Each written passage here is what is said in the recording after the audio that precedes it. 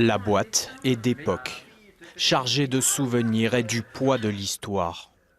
Des objets, des documents ayant appartenu au capitaine de la Monique. Regardez, il y a même des vieux journaux de l'époque.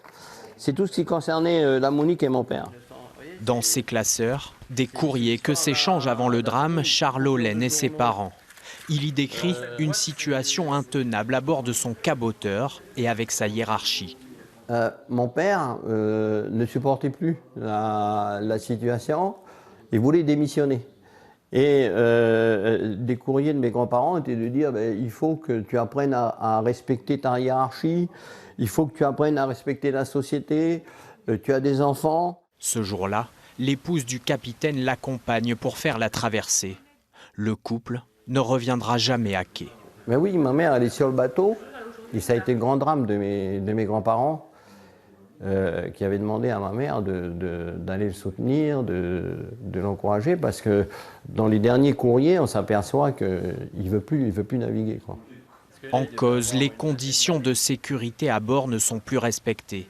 126 passagers et des cargaisons de marchandises au-delà de la norme, selon lui. Il y avait des pressions, il fallait charger le bateau, il fallait rentabiliser. Et le capitaine, il n'était pas pris en considération à l'époque. Une fin tragique et une douleur encore intacte, 69 ans après, toujours pas de réponse. Je pense à mon père, je le revoyais, etc. Donc voilà, c'est que on a toujours su qu'ils avaient disparu, mais on s'est toujours posé des questions. Donc voilà, c'est ça qui est terrible. Et le fait qu'il y ait une reconnaissance du pays, ça soit une réflexion au pays, ça nous touche, quoi, hein.